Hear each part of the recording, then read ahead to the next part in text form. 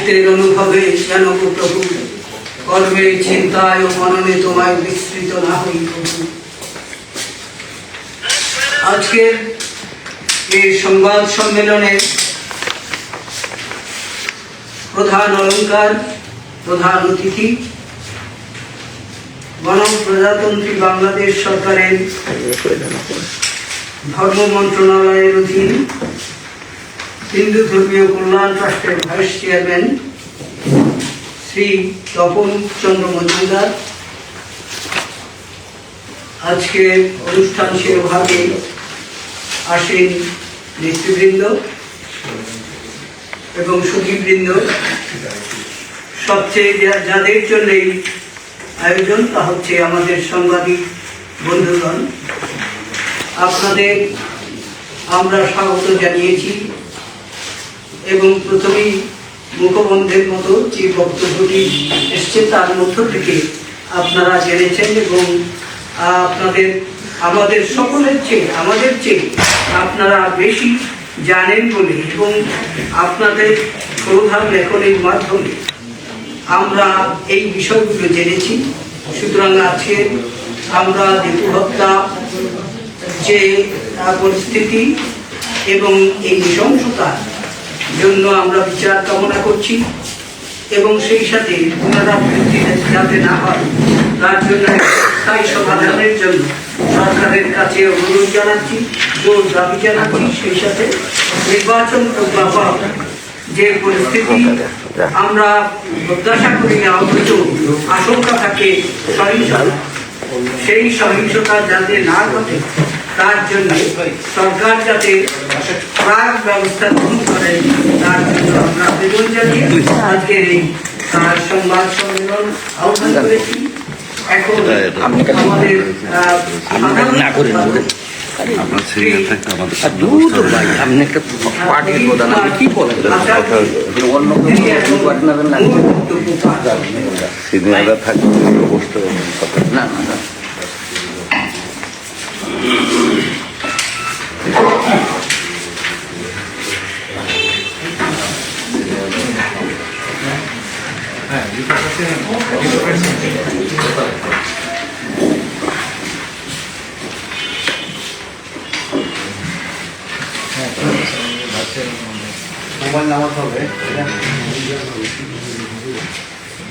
সম্মানিত সাংবাদিক কেন্দ্র এবং উপস্থিত সুধীজন এবং আমাদের সংগঠনের এবং বিভিন্ন সদস্য সংগঠনের নেতৃবৃন্দ, আপনাদের সকলকে দুঃখ ভারাক্রান্ত হৃদয়ে এই হিমেল আবহাওয়ায় অভিনন্দন, শুভেচ্ছা এবং স্বাগত জানাচ্ছি।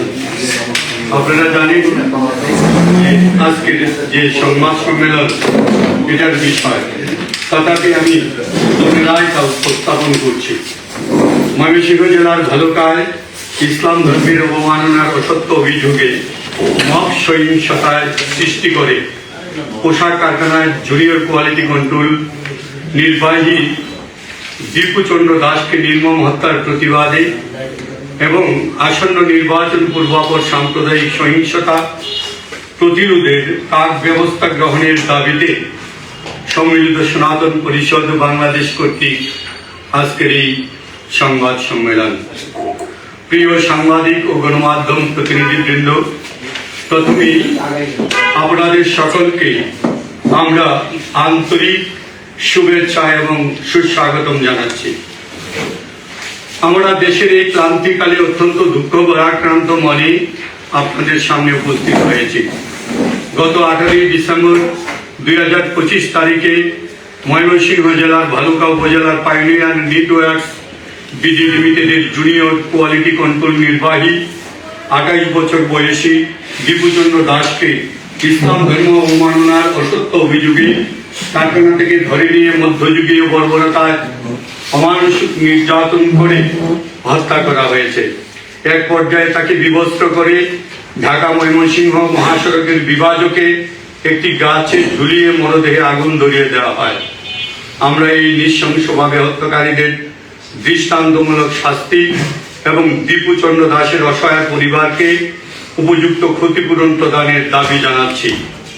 এছাড়া সারা দেশে ধর্মীয় সংখ্যালঘু হিন্দু সম্প্রদায়ের উপর চলমান নিপীড়ন, নির্যাতন ও সহিংসতায় জড়িতদের দৃষ্টান্তমূলক শাস্তি এবং আসন্ন জাতীয় সংসদ নির্বাচনের পূর্বাপর সহিংসতার আশঙ্কা নিরসনে কার্যকর ব্যবস্থা গ্রহণের জন্য জোর দাবি জানাচ্ছি। প্রিয় সাংবাদিক বন্ধুগণ, বিভিন্ন মাধ্যমে, বিশেষ করে সামাজিক যোগাযোগ মাধ্যমে দীপুচন্দ্র দাসের হত্যার মতো বীভৎস নৃশংসতার খবর দ্রুত গতিতে দেশে বিদেশে ছড়িয়ে পড়ায় দেশের জনগণের মধ্যে, বিশেষ করে ধর্মীয় সংখ্যালঘু নাগরিকদের মধ্যে নানা ধরনের শঙ্কা, আতঙ্ক ও নিরাপত্তাহীনতা বোধ তৈরি হয়েছে। এ ধরনের মব সহিংসতার বন্ধ ও জনগণকে আশ্বস্ত করার প্রধান দায়িত্ব অন্তর্বর্তীকালীন সরকার গঠনের পর থেকে সাম্প্রদায়িক ধর্মান্ধ গোষ্ঠীকে মব সহিংসতা বন্ধে এবং সহিংসতাকারীদের বিরুদ্ধে কঠোর কার্যকর আইনানুগ ব্যবস্থা নিতে বর্তমান অন্তর্বর্তী সরকার ব্যর্থতার পরিচয় দিয়ে আসছে। দীপুচন্দ্র দাসের নির্মম হত্যাকাণ্ড এই ধারাবাহিকতারই বহিঃপ্রকাশ। দেশের শুভবুদ্ধি সম্পন্ন নাগরিক, রাজনৈতিক দল ও গণমাধ্যমের পক্ষ থেকে বারবার এ ব্যাপারে কার্যকর কঠোর অবস্থান নেওয়ার আহ্বান জানালেও অন্তর্বর্তীকালীন সরকারের পক্ষ থেকে এমন কোনো উদ্যোগ লক্ষ্য করা যাচ্ছে না। এই দুর্বলতার সুযোগে একটি স্বার্থান্বেষী ধর্মান্ধ সাম্প্রদায়িক গোষ্ঠী নিজেদের গণবিরোধী এ ধরনের ঘৃণ্য কর্মকাণ্ডে নিবৃত্ত হওয়ার চেয়ে ক্রমান্বয়ে আরো উৎসাহিত হচ্ছে। এর ফলে সবচেয়ে নাজুক ও নিরাপত্তাহীন অবস্থায় পড়েছে ধর্মীয় সংখ্যালঘু, বিশেষ করে হিন্দু সম্প্রদায়ের মানুষ। এই সব সহিংসতা আইনের দৃষ্টিতে দণ্ডনীয় অপরাধ। তাই আমাদের আহ্বান যেন সংশ্লিষ্ট কর্তৃপক্ষ এই দোষী ব্যক্তিদের অবিলম্বে দৃষ্টান্তমূলক শাস্তি প্রদান করেন। এই সন্ত্রাসী কার্যক্রমে একটি লুণ্ঠনকারী গোষ্ঠী স্বার্থ উদ্ধার হলেও শান্তিকামী দেশবাসীর কোনো মঙ্গল বয়ে আনে না। এদের অপকর্মের জন্য ডিজিটাল প্রযুক্তির বদৌলতে সন্ত্রাসী ও লুণ্ঠনের খবর দেশ বিদেশে অতি দ্রুত ছড়িয়ে পড়ে। এতে বিশেষ করে বর্তমান অন্তর্বর্তীকালীন সরকার ও দেশের বৃহত্তর জনগণ সম্পর্কে নেতিবাচক ভাবমূর্তি বহির্বিশ্বে প্রতিষ্ঠিত হয়। এত সত্ত্বেও আমাদের দেশের শুভবুদ্ধি সম্পন্ন জনসাধারণ, রাজনৈতিক দল, বিশেষ করে মানবিক বোধ সম্পন্ন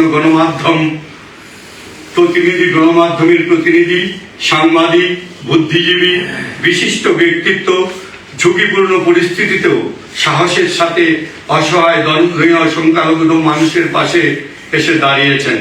তাদেরকে আমাদের হৃদয় উৎসাহিত ধন্যবাদ ও কৃতজ্ঞতা। দেশের মানুষের প্রতি বিশ্বাস হারানো পাপ, এই আত্মবাক্য শিরোধার্য করে বলবো, শান্তিকামী দেশবাসী ও দায়িত্বশীল রাজনৈতিক সংগঠনের নেতৃবৃন্দের প্রতি উদাত্ত আহ্বান, আসুন আমরা সবাই মিলে এই দুরবস্থার অবসান করি এবং এই মব সহিংসতার, সাম্প্রদায়িকতা, হত্যা, লুণ্ঠন ও হামলার চিরস্থায়ী সমাধানের উপায় খুঁজে বের করি। প্রিয় সাংবাদিক ও গণমাধ্যম প্রতিনিধি এবং সুধীবৃন্দ, আমরা বিশ্বাস করি আমাদের দেশে শুভবুদ্ধি সম্পন্ন শান্তিকামী মানুষের সংখ্যাই গরিষ্ঠ। লঘিষ্ঠ হল মব সহিংসতাকারী ও তাদের উস্কানি দাতাগণ।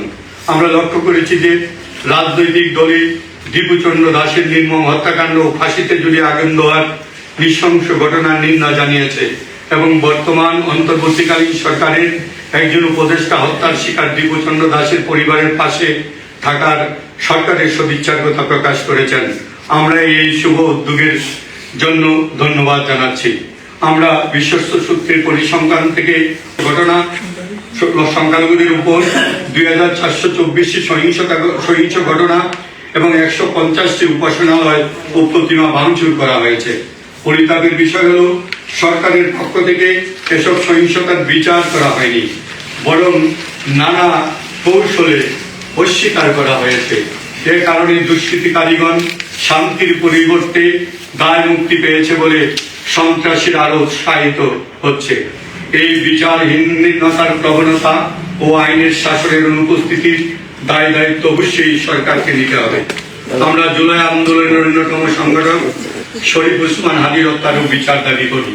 দেশের দুটি দৈনিক, প্রথম শ্রেণীর দৈনিক প্রথম আলো, ডেইলি স্টার এবং অন্যতম সাংস্কৃতিক সংগঠন উদীচী শিল্পী গোষ্ঠী এবং ছায়ানটের উপর বর্বর হামলা, সহিংসতা, লুটপাট ও অগ্নিসংযোগে আমরা বিচার দাবি করি এবং এ ধরনের অপকর্ম যেন ভবিষ্যতে আর সম্প্রসারিত না হয় বা আর যেন ঘটিত না হতে পারে সেজন্য সরকারের সুদৃষ্টি আকর্ষণ করছি।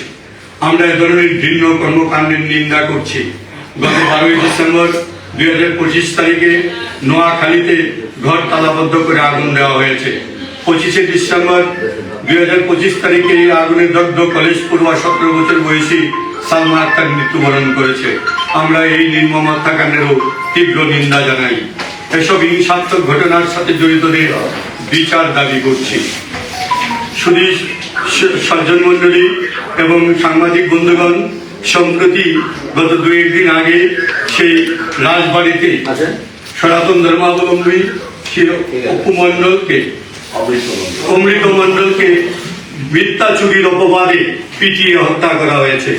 আমরা এই নির্মম হত্যাকারীদের বিচার চাই এবং অবিলম্বে যেন তাদেরকে দোষী ব্যক্তিদেরকে গ্রেফতার করে আইনের আওতায় এনে দৃষ্টান্তমূলক শাস্তি প্রদান করা হয়। আমরা এই সংবাদ সম্মেলনের মাধ্যমে আমাদের দাবিগুলি উপস্থাপন করছি। প্রথম দাবি হলো দীপুচন্দ্র দাসের নির্মম হত্যাকাণ্ডের সাথে জড়িত দুষ্কৃতীদের বিরুদ্ধে যথাযথ আইন ব্যবস্থা নিয়ে দৃষ্টান্তমূলক শাস্তির ব্যবস্থা করার জন্য সরকারের কাছে জোর দাবি জানাচ্ছি। এই ঘৃণ্য হত্যাকাণ্ডের উস্কানিদাতারাও যেন আইনের ফাঁক ফুকর দিয়ে অব্যাহতি না পায় সেদিকে সজাগ দৃষ্টি দিতেও সংশ্লিষ্ট কর্তৃপক্ষকে অনুরোধ করছি। এছাড়া তার পরিবারের অসহায় সদস্যদের উপযুক্ত ক্ষতিপূরণ প্রদান ও শিশু সন্তানদের ভরণ পোষণের দায়িত্ব নেওয়ার জন্য সরকারের কাছে দাবি পেশ করছি। দ্বিতীয় হলো সাম্প্রতিক সময়ে চলমান সকল সহিংস ঘটনা আমলে নিয়ে যথাযথ অনুসন্ধান ও বিচারের ব্যবস্থা করার জন্য সরকারের সংশ্লিষ্ট শাসন বিভাগের উপর আমরা জোর দাবি জানাচ্ছি।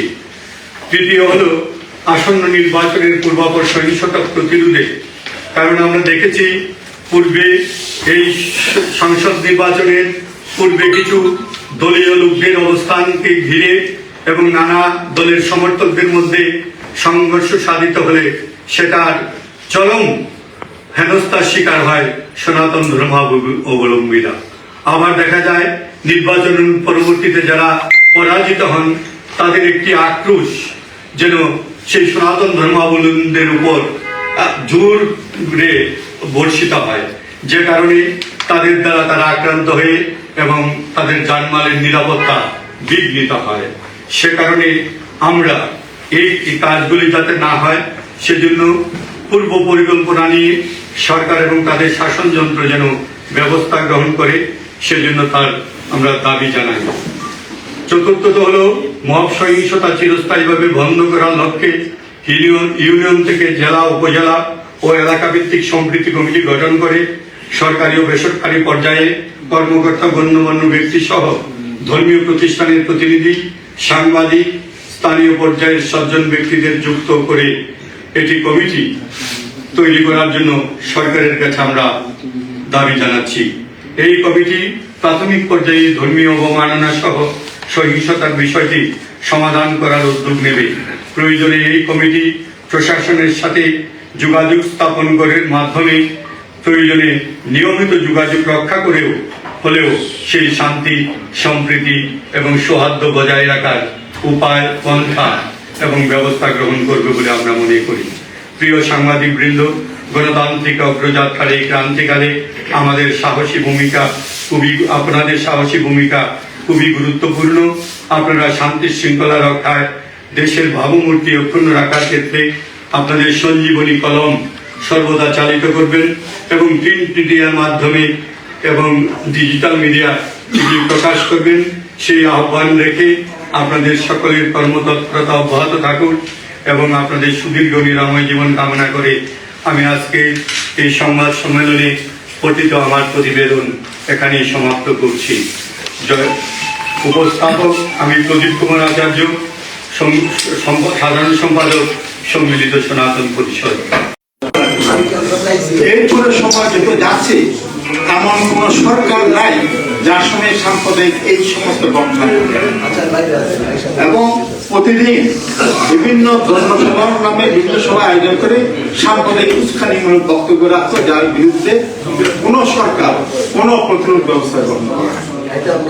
5ই আগস্ট হঠাৎ করে যে বিস্ফোরণটা ঘটলো, 5ই আগস্টের পরে যে ঘটনাগুলো ঘটতেছে এটা হচ্ছে আগের বিরাজিত ফিল্ডে মাঠের একটা বহিঃপ্রকাশ। সেইটা কাজে এটা একদিনে হয় নাই। আমরা দেখেছি এই যে যখনই আমাদের সাথে বন্ধুদের কথাবার্তা হয় তখন সবাই সন্দেহ করে আমরা ভারতে চলে যাব, আমরা বাংলাদেশের নাগরিক নয় এবং আমরা সবাই রয়্যাল এজেন্ট। এই যে কত বড় একটা অপবাদ দিয়ে দেওয়ার অর্থ তার মনের মধ্যে সাম্প্রদায়িক দুর্যোগ ঘটানোর জন্য বীজ বপন করে আছে তার এই বলে 71-এ দেখেন 71-এর 9 মাস যুদ্ধকালীন 9 মাস মুক্তিযুদ্ধের 9 মাস আমি তো মুক্তিযুদ্ধের ফিল্ডে আমি একজন মুক্তিযুদ্ধ ছিলাম। আমি নিজের সদস্য দেখেছি কত সাম্প্রদায়িক সম্প্রীতি বিরাজমান অবস্থায় আমরা যুদ্ধ করেছি। যে যুদ্ধ শেষ, দেশ যখন স্বাধীন হলো, পাকিস্তান যখন পরাজয় বরণ করলো, একটা বছর কোন রকমে আমরা ছিলাম। তারপরে দেখেন এরপরে আরো বীজ বপন কোথায় করতে দেখেন সমগ্র হিন্দু জাতির সম্পত্তি কেড়ে নেওয়ার জন্য। আবার যে সত্য সম্পত্তি আইন পাকিস্তান বাতিল করেছে, আইয়ুব খান বাতিল করেছে, সেইটাকে আবার পুনরুজ্জীবিত করে সমস্ত হিন্দুদের সম্পত্তি সত্য সম্পত্তি শুধু গেজেট প্রকাশ করা হয়েছে। এটা কেন করা হয়েছে? তার মানে সম্মান সম্পত্তি কন্যা সবাইকে কেড়ে নেওয়ার জন্য যত রকম পন্থা, সব পন্থা বিরাজমান আছে এই দেশের মধ্যে। কাজে এইটা একদিনে ঘটনা। আপনারা সবাই মনে করছেন 5ই আগস্টের কারণে এটা হয়েছে। It is not like that. 5ই আগস্টের পরে এটা ব্যাপকতার বৃদ্ধি হয়েছে, তড়িৎ গতিতে প্রবাহমান হয়েছে। কিন্তু ঘটনা আগে থেকেই, পরিবেশ আগে থেকেই বিরাজমান করে রেখেছে প্রত্যেকটা গভর্নমেন্ট। এমন কোন গভর্নমেন্ট নাই বলতে পারবে না যে সাম্প্রদায়িক সহিংসতা যাতে না হয় আমরা এরকম আইন করেছি। যখন এই সাম্প্রদায়িক ঘটনা ঘটেছে তখন এই সরকার থেকে বক্তব্য দিয়েছে বাংলাদেশ হচ্ছে সাম্প্রদায়িক সম্প্রীতির উজ্জ্বল দৃষ্টান্ত। এইরকম যখন কথা শুনেছি তখন ধরে নিতে হবে কোন না কোনো জায়গায় সাম্প্রদায়িক সম্প্রীতি সহিংসতা ঘটেছে। তো দীপুচন্দ্র দাসের ঘটনাটা টেলিভিশন আমরা যা দেখেছি এবং বিদেশি অনেক চ্যানেলে দেখানো হয়েছে, খুবই মর্মান্তিক, খুবই মর্মান্তিক। আমি এবারে আমার বক্তব্য শেষ করলাম, সবাইকে ধন্যবাদ।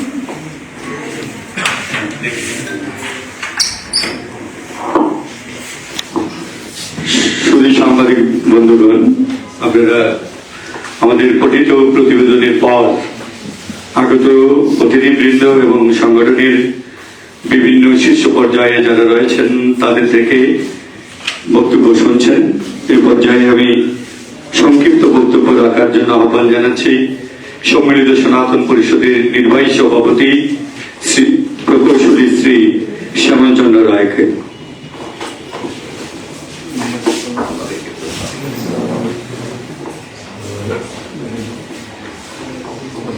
আজকে দীপুচন্দ্র দাসের হত্যাকাণ্ডের প্রতিবাদে বাংলাদেশ সম্মিলিত সনাতন পরিষদের আয়োজনে সংবাদ সম্মেলনের সম্মানিত সভাপতি, মঞ্চে উপস্থিত রয়েছেন প্রধান অতিথি হিসাবে হিন্দু কল্যাণ ট্রাস্টের ভাইস প্রেসিডেন্ট শ্রী তপন কান্তি মজুমদার, আমাদের সম্মিলিত সনাতন পরিষদের নেতৃবৃন্দ, সহকর্মীবৃন্দ, সাংবাদিক বন্ধুগণ এবং অন্যান্য প্রতিষ্ঠান থেকে যারা এসেছেন তাদেরকে আমরা আজকে সংবাদ সম্মেলনের পক্ষ থেকে ধন্যবাদ এবং অভিনন্দন জানাই। আমি শারীরিকভাবে বেশ অসুস্থ, তার জন্য আমার আসতে দেরি হয়েছে, আমি ক্ষমা চাচ্ছি। আজকে এমন একটি সময়ে আমাদের বারবার গণমাধ্যমের সামনে কথা বলতে হচ্ছে যে দেশটাই যেন একটি মগের মূল্যকে পরিণত হয়েছে। আজকে বহির্বিশ্বে বাংলাদেশের যে মেসেজ সেটি নিশ্চয়ই স্বস্তিদায়ক নয়। সরকার থেকে বলা হচ্ছে যে মব নয়, এটি প্রেশার গ্রুপ এই ধরনের দুষ্কর্ম করছে। আমরা এই সংবাদ সম্মেলনে প্রশ্ন রাখতে চাই, রাষ্ট্রের কর্ণধার, রাষ্ট্র যারা পরিচালনা করছে, তারা যদি বলে প্রেশার গ্রুপ, তাহলে তো আমাদের কাছে নানান ধরনের প্রশ্ন আসে এবং আপনাদের প্রতিও নানা রকমের মেসেজ মানুষের তৈরি হয়। আমরা সেই পরিপ্রেক্ষিতে বলতে চাই যে এগুলিকে অনতি বিলম্বে লাগাম টেনে ধরতে হবে। আমরা কি একটি বর্বর সমাজের পরিণত হয়েছি? একটি জীবন্ত মানুষকে পিটাতে পিটাতে আহামারা করে গাছের সাথে ঝুলিয়ে তার শরীরে আগুন দিয়ে দেওয়া। আপনারা চিন্তা করেন তো, এই ধরনের ঘটনা যদি ইউরোপের কোনো কান্ট্রিতে ঘটত তাহলে কি অবস্থা হতে পারত? আজকে বাংলাদেশ, আমরা বাঙালি জাতীয়তাবাদের মানুষ, মানসিকতার শরীর গঠন, তাই আমাদের অনেক কিছু সহ্য হয়ে যায়। সহ্যের সীমা আছে, সহ্যের সীমা যখন ছাড়িয়ে যায় তখন তার পতন অনিবার্য। এই দেশে বারবার তার পুনরাবৃত্তি ঘটেছে। আমরা চাই না এই ধরনের কোন করুণ ঘটনার পুনরাবৃত্তি আমাদের জাতীয় জীবনে নেমে আসুক। তাই আমরা এই দীপুচন্দ্র দাসের হত্যার মধ্য দিয়ে আজকের এই সংবাদ সম্মেলনে মব ঘটনা সৃষ্টি না হয়।